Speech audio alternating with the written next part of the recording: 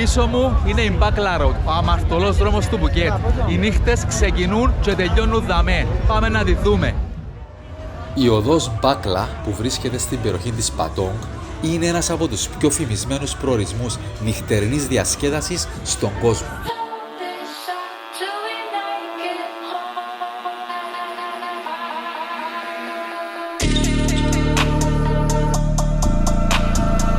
Εδώ όλα επιτρέπονται και όλα αγοράζονται. Αμερικάνοι και Ευρωπαίοι επισκέπτονται την Buckla Road για να συνδυάσουν τις σαρκικές απολαύσεις με τις διακοπές τους.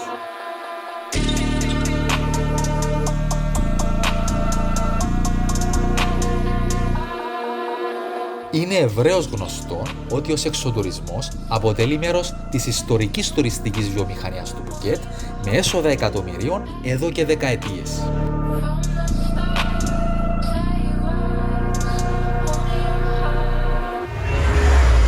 Πραγματικά εξωπραγματική εμπειρία, να την πούμε πρόστιχη, ανήθικη, προκλητική, ανάλογα που το τι ζητά ο καθένας με τις διακοπές του. Μπορεί να το έβρει εδώ στην Buckla Road.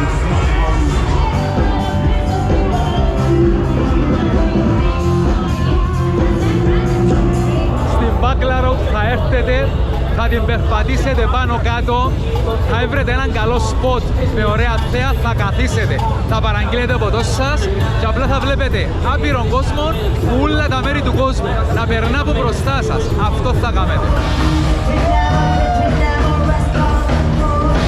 Cause I'm